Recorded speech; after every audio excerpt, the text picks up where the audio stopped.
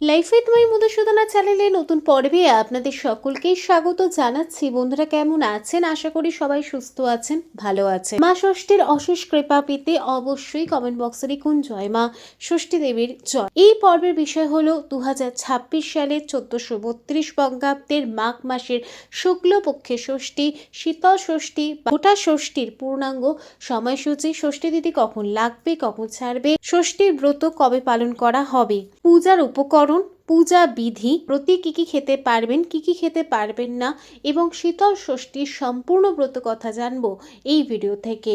মায়েরা সন্তানের দীর্ঘায়ু এবং সুস্বাস্থ্যের জন্য অবশ্যই মাঘ মাসের শুক্লপক্ষের ষষ্ঠী, শীতল ষষ্ঠীর এই পূর্ণ ব্রতটি পালন করুন। ভিডিওতে যাওয়ার আগে লাইফ উইথ মাই মধুসূদনা চ্যানেলকে সাবস্ক্রাইব করুন, লাইক কমেন্ট শেয়ার করুন, ধার্মিক হয়ে নোটিফিকেশন ঘন্টাটা 2026 সালে 1432 বঙ্গাব্দের মাঘ মাসের শুক্লপক্ষের ষষ্ঠী, শীতল ষষ্ঠীর পূর্ণাঙ্গ সময়সূচি। ষষ্ঠী তিথি শুরু হবে 23শে জানুয়ারি 2026, বাংলা 9 মাঘ 1432 শুক্রবার রাত্রি 12:29 পর থেকে।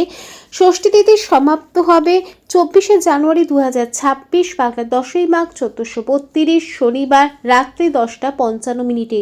2026 সালে 1432 বঙ্গাব্দের মাঘ মাসের শুক্লপক্ষের ষষ্ঠী পূর্ণ ব্রত পালন করা হবে 24শে জানুয়ারি 2026, বাংলা 10ই মাঘ 1432 শনিবার। শীতল ষষ্ঠীর পূজার উপকরণ লাগবে সাদা সুতো, দই, বেলপাতা, ফল ফুল ও মিষ্টি। শীতল ষষ্ঠীর দিন বাড়িতে মা ষষ্ঠীকে পূজা করতে পারেন বা ষষ্ঠী তলায় গিয়ে মা ষষ্ঠীকে পূজা দেওয়া যায়। শীতল ষষ্ঠীর দিন সকালে উঠে স্নান সেরে খালি পেটে মা ষষ্ঠীকে পূজা দিতে হবে। এরপর ছেলে মেয়েদের হাতে দই ও হলুদে ভেজানো সাদা সুতো বেঁধে দিতে হবে। তারপর শীতল ষষ্ঠীর ব্রত কথা ভক্তি ভরে শুনতে হবে। এরপর দুপুর বেলায় পান্তা ভাত, গোটা সেদ্ধ ও দই খেয়ে এই ব্রত ভঙ্গ করতে হবে। শীতল ষষ্ঠীর ব্রত পালন করলে ব্রতী পান্তা ভাত, গোটা সেদ্ধ, দই খেতে পারেন। এই দিন নিরামিষ তরি তরকারি, পান্তা ভাত, গোটা সেদ্ধ সবকিছুই খাওয়া যাবে। শীতল ষষ্ঠী ব্রতের আগের দিন রাতের সময় সমস্ত রান্না করে নিতে হবে। রান্নাঘরে ভাত জল দিয়ে বেঁধে রাখতে হবে, গোটা সেদ্ধ বেঁধে রাখতে হবে। রান্নাঘরে যে শিল রয়েছে সেই শিল জল দিয়ে ধুয়ে মুছে দাঁড় করিয়ে জাগাতে হয়। এরপর শিলের গায়ে হলুদ ছোপন কাপড় দিয়ে শিলকে ঢাকা দিতে হবে। এরপর সিঁদুর ও চন্দনের 6টি করে ফোঁটা দিতে হবে। 6টি সিঁদুরের ফোঁটা, 6টি চন্দনের ফোঁটা দিতে হবে। এরপর নোড়াকে শিলের কোলের কাছে রাখতে হবে। এরপর শিলের কাছে জোড়া সংখ্যায় কলা, কুল, শিম, কলাইশুঁটি এই সব কিছু জোড়া সংখ্যায় রাখতে হবে।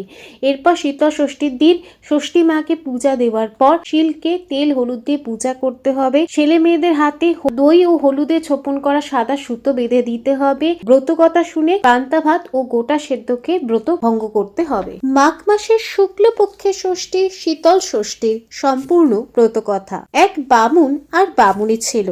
তাদের 7 ছেলে আর তাদের 7 বউ ছিল, কিন্তু কারো ছেলে মেয়ে কিছু হয়নি। বামুন আর বামুনি তাই মনের দুঃখে থাকে আর ঠাকুর দেবতার কাছে মানত করে। এমনই ভাবে দিন যায়। একদিন এক বুড়ি দুপুর বেলায় ভিক্ষা নিতে এসে বললে, হ্যাঁ মা, তোমার নাতি নাতনি কটি? বামুনি দুঃখ করে বললে, কি বলবো বাছা, এমন ভাগ্য করেছিল যে 7 বউ ঘরে, কিন্তু কারুর পেটে একটি ছেলেও হয়নি। বুড়ি বললে, তা বাছা, এক কাজ করো দেখি, এই সামনে যে শুক্লপক্ষের ষষ্ঠী, সেই ষষ্ঠীতে মা ষষ্ঠীকে পূজা দাও, তাহলে তোমার বউদের ছেলে হবে। বামুনি বলে, কিছু নিয়ম আছে? বুড়ি বলে, হ্যাঁ তা আছে। ষষ্ঠীর আগের দিন রাতে গোটা সেদ্ধ আর ভাত বেঁধে বাটনার শিল ধুয়ে মুছে দাঁড় করিয়ে জাগাবে। শিলের মাথা থেকে পর্যন্ত হলুদ ছোপন কাপড় ঢাকা দিয়ে তাতে 6টা সিঁদুরের ও 6টা চন্দনের ফোঁটা দিয়ে কোলের কাছে নোড়াটি দিয়ে তার কাছে কলা, কুল, শিম, কলাইশুঁটি এইসব জোড়া সংখ্যায় দিতে হবে। পরদিন ষষ্ঠীর পুজোর সঙ্গে সঙ্গে শিলের গায়ে তেল হলুদ দিয়ে দই দিয়ে পূজা করবে। আর দধি হলুদের ছোপন সাদা সুতো ছেলে মেয়েদের হাতে বেঁধে দিয়ে আগে পান্তা ভাত ও গোটা সেদ্ধ আর দই মুখে দেবে, পরে ভাত তরকারি খাবে। ষষ্ঠীর দিন গরম জিনিস খাবে না, ছোবেও না।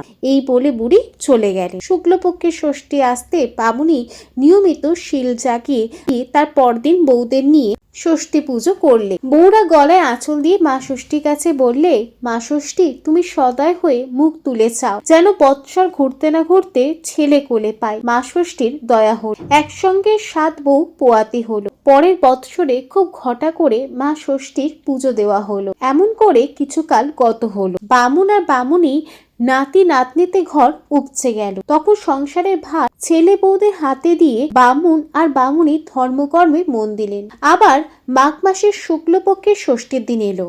বউরা আগের দিন সব উদ্যোগ করে রাখলো। রাতে রান্নাবান্না হয়ে গেলে তাতে জল দিয়ে শিল জাগিয়ে শাক বাজিয়ে যে যার ঘরে শুতে গেল। সকালে উঠে বামুনি বললে, বৌমারা আজকে বড় শীত পড়েছে, হাওয়াও দিচ্ছে, আমি বাছা ঠান্ডা জলে নাইতে পারবো না, আমায় তোমরা একটু গরম জল করে দাও, আমি একটু চান করি, আর এক মুঠো ভাত রেঁধে দাও, তাই খাবো। বউরা সব বললে, কি মা, আজ যে শীতল ষষ্ঠী, আজকে গরম খেতেও নেই আর উনুন তো জ্বালাতেই নেই। বামুনি বললে, তা বাঁচা হোক, আমি আজ গরম জলে নাইবো আর গরম গরম ভাত খাবো। বউরা সব এর ওর মুখ আওয়াচাওয়ি করলো। শেষে উঠানে উনুন পেতে গরম জল করলে। বামুনি রোদে বসে বেশ করে তেল মেখে নাইলে, তারপর গরম গরম ভাত খেয়ে লেপ মুড়ি দিয়ে খাটে শুয়ে পড়ল। এদিকে মা ষষ্ঠীর পূজা হলো। বউরা সব একসঙ্গে তাদের বৌমাদের নিয়ে পান্তা ভাত খেলে তারপর কাজকর্ম সেরে নিয়ে রাতে যে যার ঘরে শুতে গেল। হঠাৎ ভোরবেলা খারাপ স্বপ্ন দেখে বামুনির ঘুম ভেঙে গেল। পাশের বামুনকে ঠেলা দিলে দেখে বামুন মরার মতো শক্ত হয়ে রয়েছে। তাই দেখেই বামুনি তো ঘর থেকে বেরিয়ে এসে ছেলেদের সব ডাক দেখে সব ঘরের দরজাই বন্ধ। উঠানে বিড়ালটাও মরে আছে, সদরে কুকুরটাও মরে রয়েছে, গোয়ালে গরু বাছুর সব মরে রয়েছে। তখন বামুনি চিৎকার করে বউ ছেলে নাতি নাতনির সকলের নাম ধরে ডাকে আর দরজায় দমদম করে ঘা দিতে থাকে, কিন্তু কেউ সাড়াও দিল না, দরজাও খুললে না। বামুনির চেঁচামেচিতে পাড়ার লোকজন সব ছুটে এলো। তখন সকলে মিলে ঘরের সব দরজা ভেঙে দেখে যে যার ঘরে মরে রয়েছে। পাড়ার গিন্নি বান্নিরা সব হায় হায় করতে লাগলো। তারপর সকলে বলা বলি করতে লাগলো, নিশ্চয়ই কোনো দেবতার শাপে হয়েছে, নইলে এমন কখনো হতে পারে। এই সব দেখে বামুনি কাঁদতে কাঁদতে পাগলের মতো বাড়ি থেকে বেরিয়ে এক বনে গিয়ে হাজির হলো। দেখে এক বুড়ি বটগাছের তলায় বসে আছে আর তার গায়ে বড় বড় ফোসকা। বুড়ি যন্ত্রণায় ছটপট করছে। বামুনি বলে, উফ, বড্ড জ্বালা, বুক জ্বলে যাচ্ছে। তাই শুনে বুড়ি বললে, তা তোর হবে না তো কার হবে শুনি? গরম জলে স্নান কর, গরম গরম ভাত খা, মরবে না। এই দেখ দেখি, আমার গোটা গায়ে ফোসকা হয়ে ঘা টক টক করছে। বামুনি তখন আঁচড়ে পড়ে তার পা ধরে কাঁদতে লাগলো। বুড়ি বললে, এক হাঁড়ি দই নিয়ে আয়, আর সেই দই আমার গায়ে লেপে দে। তারপর সেই দই জিভ দিয়ে চেটে আবার হাঁড়িতে তুলে বাড়িতে নিয়ে যাবি। সবার প্রথমে যে দই, সেই দই দিয়ে বিড়ালে কপালে ফোঁটা দিবি। তারপর কুকুর গরু বাছুর ছেলে মেয়ে যে যেখানে আছে সকলের কপালে ফোঁটা দিবি, তাহলে সকলেই বেঁচে উঠবে। সেই কথা শুনে বামুনি তখনই ছুটে দইয়ের হাঁড়ি এনে বুড়ির সর্বাঙ্গে লেপে জিভ দিয়ে চেটে সেই দই চেটে চেটে হাঁড়িতে তুললো। তারপর বুড়িকে প্রণাম করে বাড়িতে এসে প্রথমে বিড়ালে কপালে ফোঁটা দিল। প্রথমে বিড়ালে কপালে ফোঁটা দিলে বিড়ালটা ম্যাও ম্যাও করে ডেকে উঠলো। এমনই করে গরু বাছুর সবার কপালে ফোঁটা দিলেই সবাই যেন ঘুম থেকে উঠে বসলো। বউরা বলল, মা, এত বেলা হয়েছে তবু আমাদের ডাকনি? নাতি নাতনিরা বলল, ঠাকুমা, বড্ড খিদে পেয়েছে, আমাদের খেতে দাও। বামুনি তখন বললে, মা ষষ্ঠীর দয়াতে তোমরা সব বেঁচে উঠেছ, তোমরা কি আর ছিলে? বলে সব কথা একে একে বললে। এরপর ঘটা করে মা ষষ্ঠীর পূজা দেওয়া হলো।